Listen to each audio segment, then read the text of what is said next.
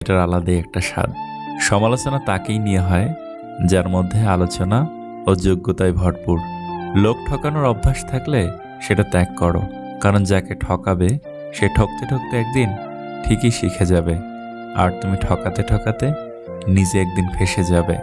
ঘড়ি খারাপ হয়ে গেলে সেটা ঠিক করার মতো লোক তুমি অনেক পাবে, কিন্তু সময় খারাপ হয়ে গেলে সেটা তোমায় নিজেকেই ঠিক করতে হবে। ব্যর্থতা কখনো আপনাকে টপকে যেতে পারবে না যদি আপনার মধ্যে সফল হওয়ার যথেষ্ট মনের জোর থাকে। চকচক করলেই যেমন সোনা হয় না, তেমনি দামি পোশাক আর কথায় কথায় ইংরেজি বললেই ভালো মানুষ হওয়া যায় না। ক্ষমা তাকেই করো যে অজান্তে ভুল করে, তাকে নয় যে জেনে শুনে বেইমানি করে। চরিত্র এমন রাখো যেন রাস্তা দিয়ে বাড়ি ফেরা মেয়েটা তোমাকে দেখে ভয় নয় ভরসা পায়। সম্পর্ক ভেঙে গেলেও দুটো জিনিস থাকে,